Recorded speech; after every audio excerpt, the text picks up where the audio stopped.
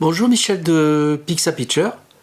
Pour cet almanach du mois de février, je vais vous parler de droit à l'image et de droit d'auteur et aussi vous montrer un logiciel de chez Adobe qui s'appelle Adobe Express. A tout de suite. Je vais commencer à vous parler du droit à l'image et des droits d'auteur. Alors j'en ai déjà parlé en ce qui concerne les objets ou les maisons ou les œuvres d'art qu'on photographie, les problèmes d'autorisation, ce que vous pouvez faire sans demander d'autorisation, ce que vous ne pouvez pas faire. Alors il faut savoir que toute œuvre d'art, toute œuvre, que ça soit à la fois musicale, que ça soit esthétique ou sonore ou n'importe quoi, vous ne pouvez pas les utiliser sans l'autorisation du créateur.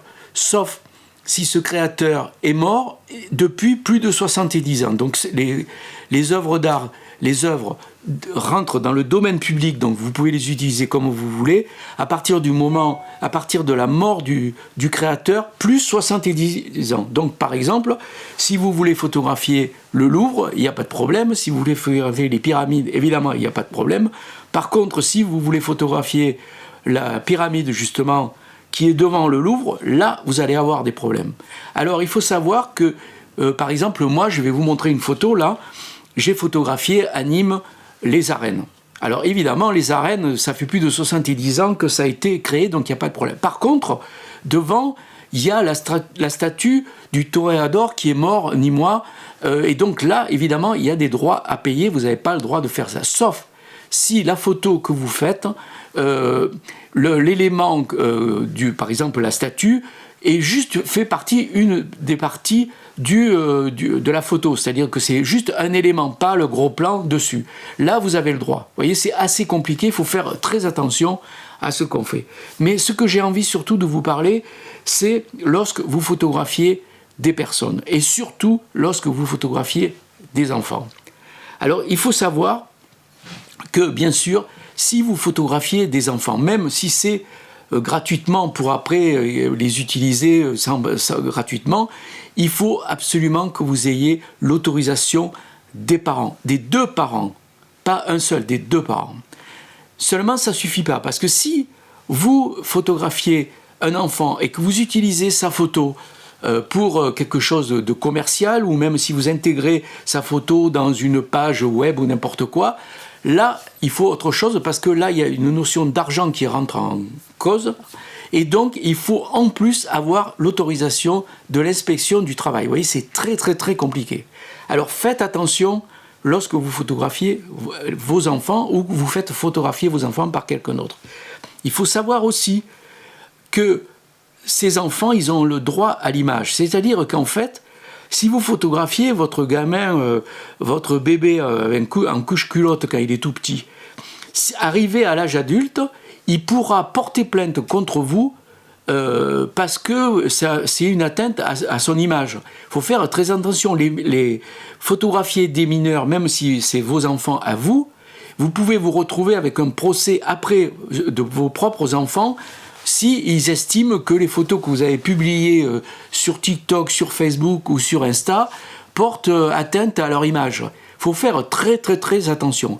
Alors moi, ce que je vous conseille, c'est éviter de mettre sur les réseaux sociaux des photos de vos enfants quand vous êtes en vacances, ça sert strictement à rien. Vous gardez les photos pour vous et surtout vous les étalez pas comme ça partout. Alors ça, c'est une chose, mais il y a aussi un truc qui est encore beaucoup plus préoccupant. Tout le monde sait que maintenant les iPhones et puis tous les se débloquent avec la reconnaissance faciale. C'est formidable, hein, on n'a pas tapé de code, c'est génial. Mais ce système de reconnaissance faciale qui est hyper performant pose aussi un problème parce que il y a des logiciels qui sont capables d'aller, en regardant, en scrutant les photos qu'il y a sur le web, arriver à repérer qui sont ces personnes et à identifier ces personnes.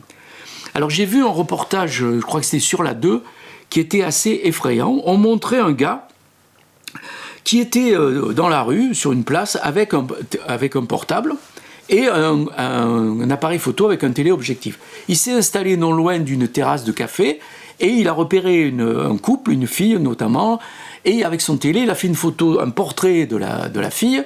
Il a mis la photo dans son portable, il a lancé son logiciel, et 20 secondes après, parce qu'il a dit que ça, il avait plein d'informations sur cette personne, qu'il ne connaissait pas, évidemment. Parce que ce logiciel a été capable d'aller chercher dans tout le web les photos qui correspondaient à celles qu'il avait photographiées. Et c'est assez hallucinant parce que même souvent des trucs qu'on croit qui ont été effacés restent dans le cloud.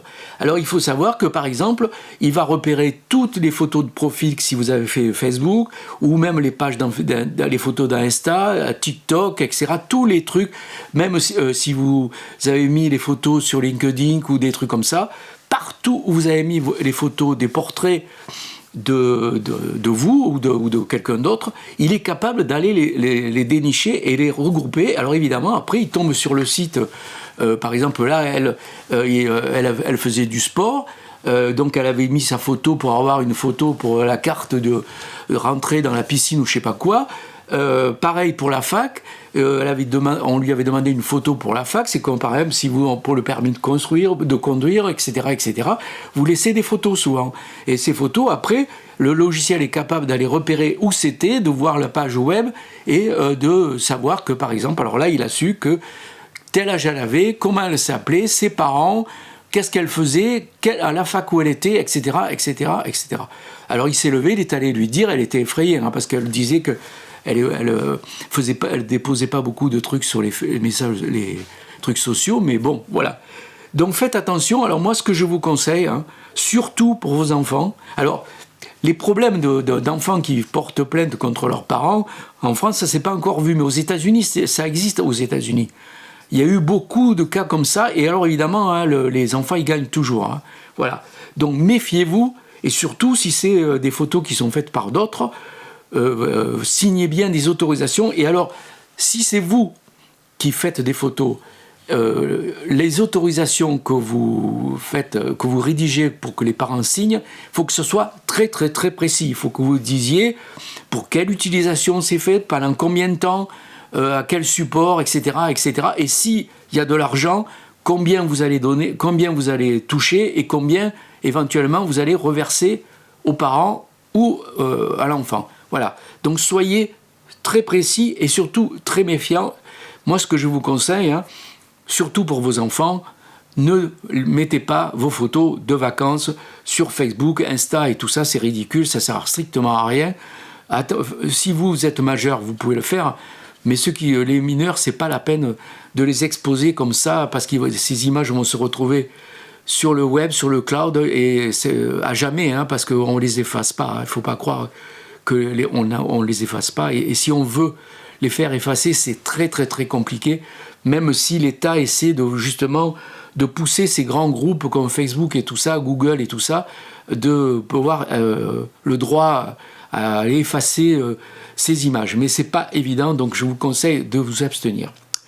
Voilà. Alors, maintenant, je vais vous parler d'un truc plus technique, plus sympathique.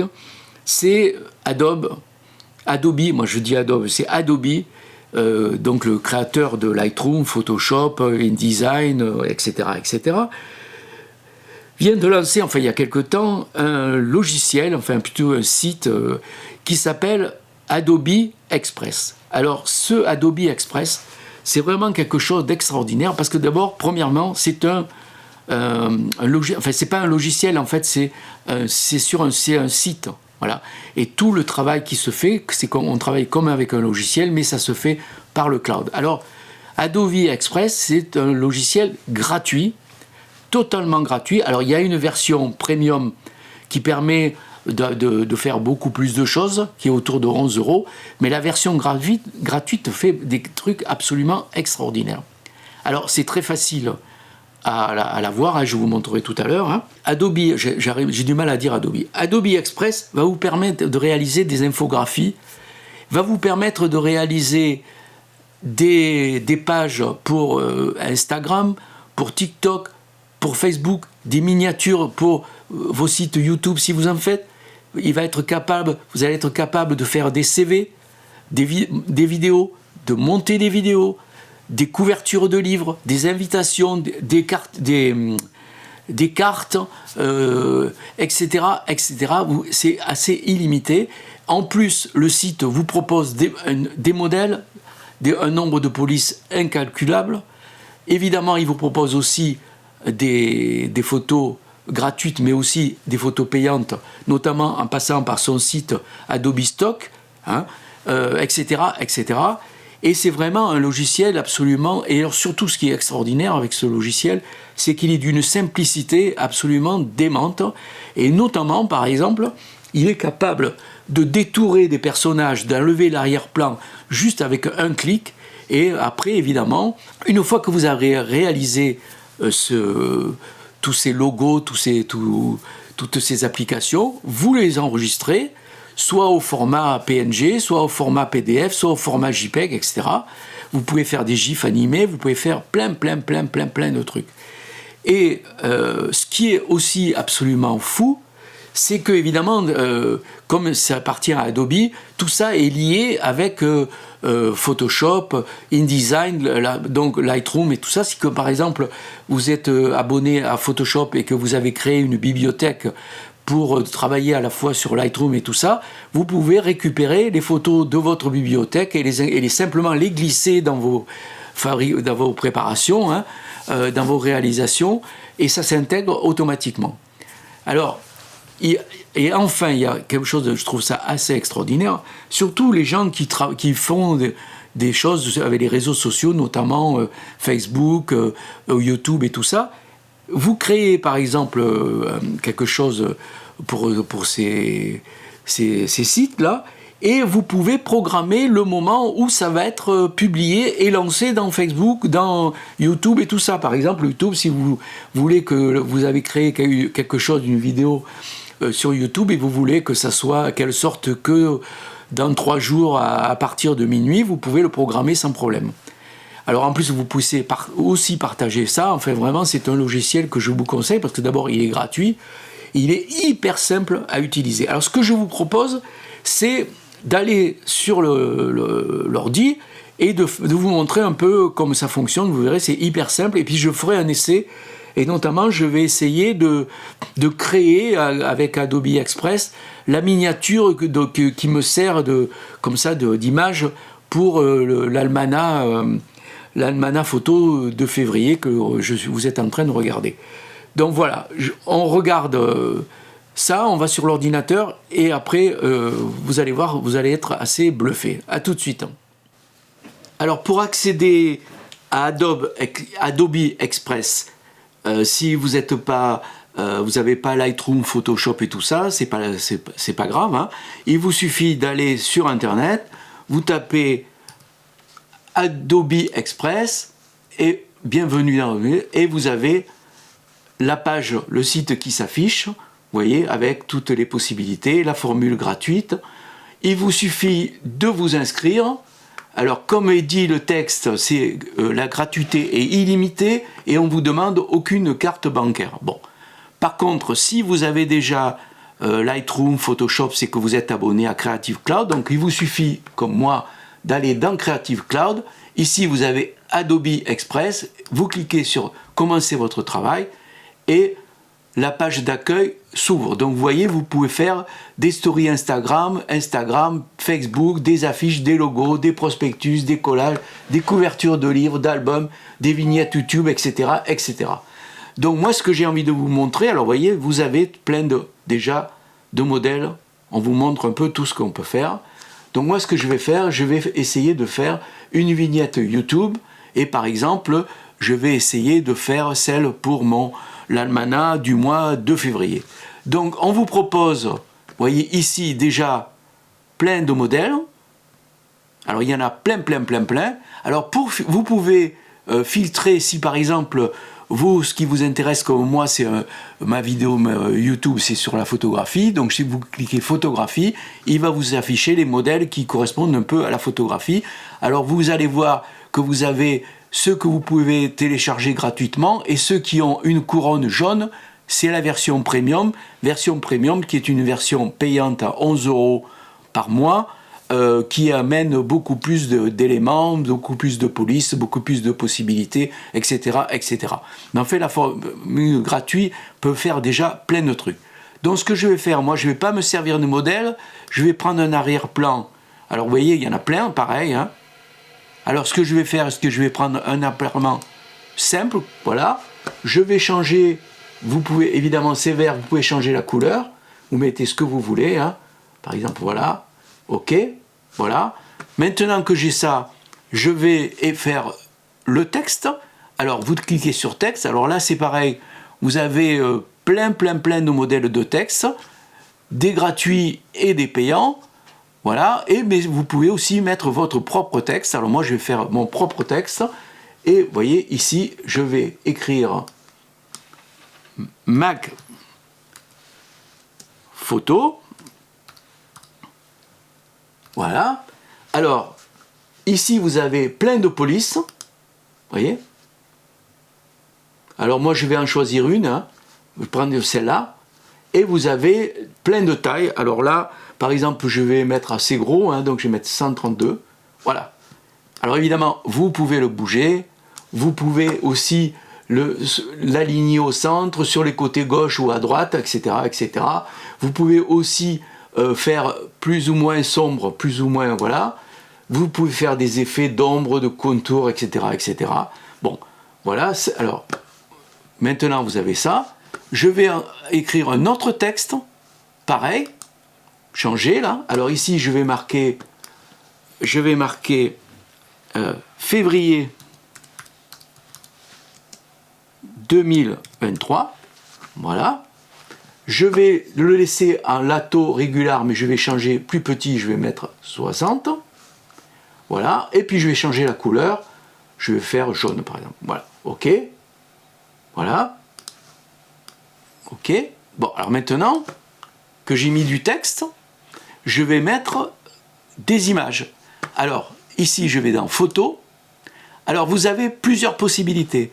Soit vous prenez des photos qui vous sont proposées, qui sont extraits d'Adobe Stock et qui sont gratuites. Bon, il y en a qui sont payantes, hein, vous voyez ici. Soit alors là c'est pareil, vous pouvez choisir des thèmes. Par exemple, si vous voulez mettre, si par exemple je veux faire un truc avec des plantes, je mettrai avec des plantes. Mais aussi, vous pouvez aussi mettre vos propres photos qui sont dans votre disque dur ou dans votre bibliothèque Lightroom ou Photoshop. Donc là, par exemple, vous mettez transférer des photos, et là, moi, je vais aller dans mon disque dur, et ici, je vais prendre, voilà, ici, ouvrir. Donc là, je mets ma photo, ok. Mais évidemment, ce que j'ai envie, c'est moi d'enlever l'arrière-plan. Alors c'est très simple, pas besoin de Photoshop ni rien de détourage. Il y a une option qui s'appelle supprimer l'arrière-plan. Donc il le fait. Voilà, alors il faut bien mettre ici terminé. Vous déplacez, vous le mettez où vous voulez. Voilà. Vous voyez, ça marche super bien. Et vous pouvez aussi alors mettre d'autres photos. Photos. Alors, par exemple, on pourrait prendre une photo qui vous propose gratuitement. Alors moi, j'ai envie de prendre un thème. Par exemple, je vais prendre un truc sur les fleurs. Par exemple. Voilà. Bon, je vais peut-être prendre, par exemple, plutôt que fleurs, je vais faire encore plus précis. Je vais faire orchidée pour voir. Oui, ça marche bien, hein. Il en trouve, je vais prendre celle-là, par exemple, voilà, je la déplace, et là c'est pareil, le fond blanc ne me plaît pas, je vais faire supprimer l'arrière-plan. Voilà, toujours pareil, le V là, et voilà. Alors et puis non, vous pouvez rajouter plein de trucs, et ici par exemple sur cette photo-là, vous pouvez modifier, alors vous avez des filtres, vous pouvez le mettre en bleu, vous voyez. Vous pouvez améliorer aussi le contraste, la luminosité, l'ombre, la chaleur, etc., la netteté, vous voyez, c'est quand même assez dingue. Hein. Voilà. vous pouvez la mettre floue, voyez, voilà. Donc par exemple, si vous voulez cacher quelque chose, vous voulez pas voir votre mail ou des comme ça, vous pouvez le cacher, voilà, voyez. Et vous avez la couleur. Et alors là, voilà. Ok, voilà. Voilà un peu ce qu'on peut faire. Alors vous pouvez rajouter plein de photos, vous pouvez rajouter plein de trucs. Alors après, une fois que c'est ok, et ben vous téléchargez. Voilà. Une fois que ça vous plaît, vous téléchargez et vous pouvez faire le fichier PNG avec la transparent en JPEG ou en PDF. Alors moi je vais faire JPEG, commencer le téléchargement et il le fait instantanément et vous allez retrouver votre projet dans votre disque dur dans la section téléchargement. Pour vous voyez un peu comment ça marche. Alors maintenant, si par exemple vous vous rendez compte que c'est pas très bien, vous pouvez le modifier. Donc vous retournez sur votre là et vous allez voir que ici, quand vous allez aller dans projet, il va vous retrouver les projets que vous avez fait, voyez ici, et là vous pouvez le modifier. Voilà. Et alors ce qui est intéressant de voir ici, vous allez voir tous comme des calques. Alors ça va normalement, ça devrait apparaître. Voilà, vous voyez. Vous avez tout ce que vous avez fait ici. C'est comme des calques. Alors c'est intéressant parce que c'est empilé. Là, on comprend mieux que dans Photoshop. Vous voyez, vous pouvez donc tout modifier. Vous voyez, vous avez toutes les modifications. Et si par exemple, vous voulez rajouter une image, vous faites photo. Et puis vous rajoutez par exemple une image de votre disque dur. Et par exemple, vous allez... Bon, je vais prendre le rideau. Allez, ouvrir. Voilà. Voilà. Et voilà. Vous pouvez régler comme vous voulez. Et vous avez votre rideau qui est installé. Et vous... Voilà. OK. Voilà, cet almanach et photo de février est terminé. J'espère que ça vous a plu. Je prépare un portrait de photographe, un prochain portrait de photographe. Alors vous avez vu, je vous conseille d'essayer Adobe Express. Hein.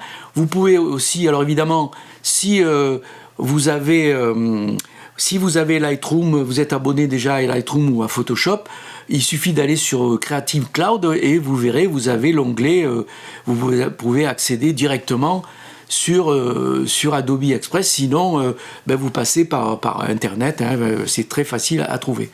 Voilà, vous pouvez aussi tester la version payante pendant, je crois, un mois, qui est après à 11 €, qu'on peut résilier dès qu'on veut. Bon, il y a beaucoup de choses en plus, mais bon, déjà la version gratuite, il y a de quoi faire. Hein, voilà. Bon, portez-vous bien, on se retrouve bientôt. Salut!